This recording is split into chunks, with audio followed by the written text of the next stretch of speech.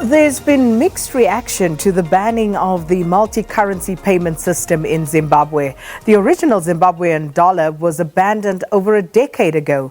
And this week, the country's government announced that the British pound, the US dollar, South African rand, Botswana pula, and any other foreign currency would no longer be legal tender within the borders of Zimbabwe, and that has now been replaced by a new Zimbabwean dollar. And to discuss this further, we join now by Tino Mambeu, who is coordinator at the Zimbabwe Exile Forum. Tino, good to see you again.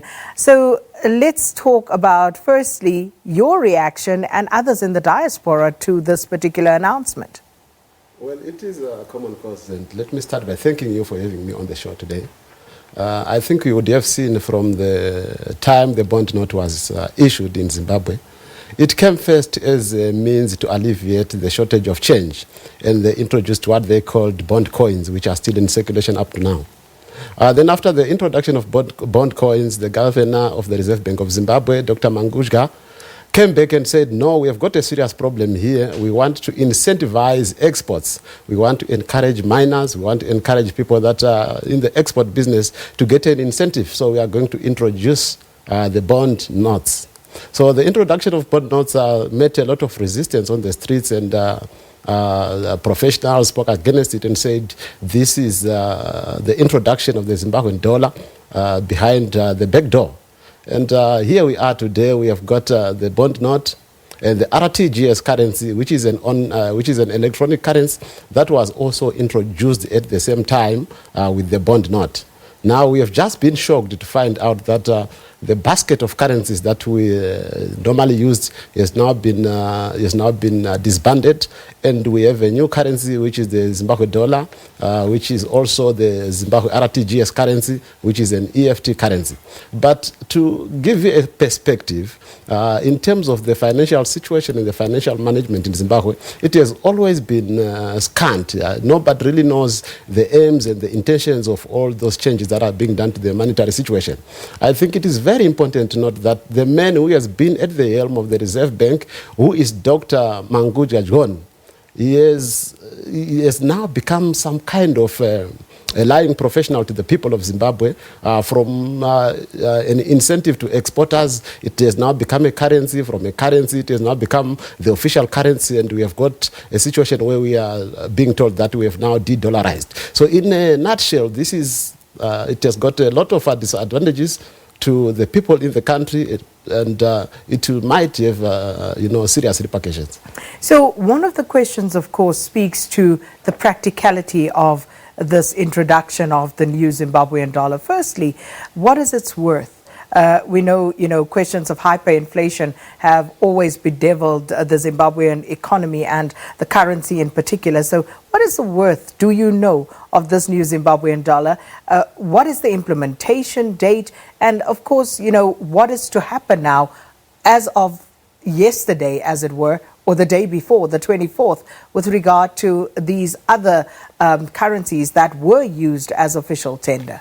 I think you would need to go a little bit back, I think a month or so back, or 2 months ago, when the Minister of Finance introduced the interbank rate. When they introduced the interbank rate, they pegged the Zimbabwean dollar against the US dollar at the rate of about 3.5. Units. And from there, it has been sliding upwards, and I think we have seen that it's at about $6.50 to a US dollar at the moment. So the understanding that we get from now is that the rate is based on the interbank market. To say whatever that happens, it has now got to go through the interbank market. But you know that Zimbabwe has been a country that is driven by the black market. And on the black market, it has always been double. I think before the 24th, the rate was almost 1:14, which is more or less equivalent to the rate at which the rand is trading against the US dollar. So in a way, we are back there where we might see things as sliding from the better to the west. But I think the most critical issue here is not that it's bad for Zimbabwe to have its own currency. It is not bad. Each and every country has got its own currency. South Africa has got its own currency. Malawi, for that matter, has got its own currency, though it is very, very weak against the US dollar. But the problem in Zimbabwe is the setup, is the behavior of the citizen against or in comparison with the government. We've got a citizen that does not believe that each and every initiative that is taken by the government is to the advantage of the citizen. So at the moment, nobody trusts whatever the government is going to do. And I'll give you a very clear example, which comes from the Bible. We were told when we were very young and at tender age at school that there is a parable of the sower. The sower had a good seed that he wanted to sow, but some of the seed fell on hard ground, some of the seed fell on soft ground, and some of the seed fell on proper ground, and some even fell into the thorns.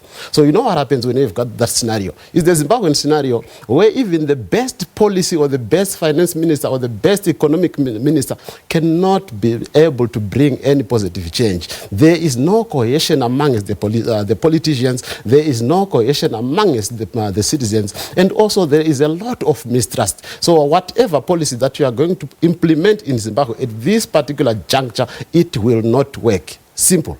So where do we go from here? We need the president as the de facto leader of government. Whether he's legitimate or illegitimate, it doesn't matter. At the end of the day, he is the president of Zimbabwe. He has got to realize that he inherited a country that was in a turmoil. And the way also he came into power, it was via a popular coup that was supported by the citizens. He tried as much as we know to sanitize that process by going into elections. But unfortunately, the elections did not bring the required results. They brought shame, they brought discohesion and further discontent among the citizens. So at the end of the day, his role for him to be able to administer any sort of a pill or any sort of an injection in the economy, he has got to understand the matrix amongst the citizens to say the citizens don't believe in him, they don't believe in his ministers, they don't believe in the Reserve Bank governor. When you look at Zimbabwe, they see a man who is there to pilfer, to plunder, and to steal from them. That's a problem. So against that backdrop of a trust deficit between the citizenry and the government, what does this particular move mean for ordinary Zimbabweans? What it means is that, remember, there is no jobs in Zimbabwe. And for anything to happen, people must be employed.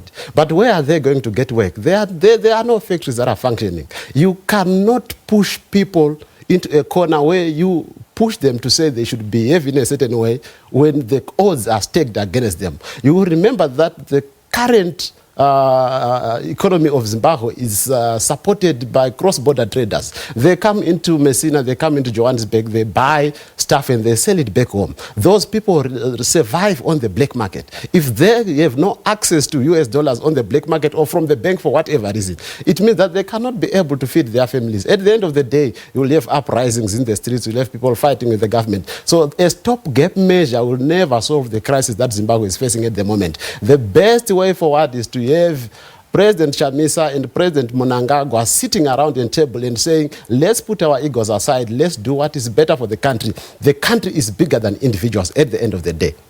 Oh, thank you so much to Tino Mambeu, who is a coordinator at the Zimbabwe Exile Forum, for giving us his reaction to the banning of the multi-currency payment system in Zimbabwe and the introduction of a new Zimbabwean dollar. Let's take a break.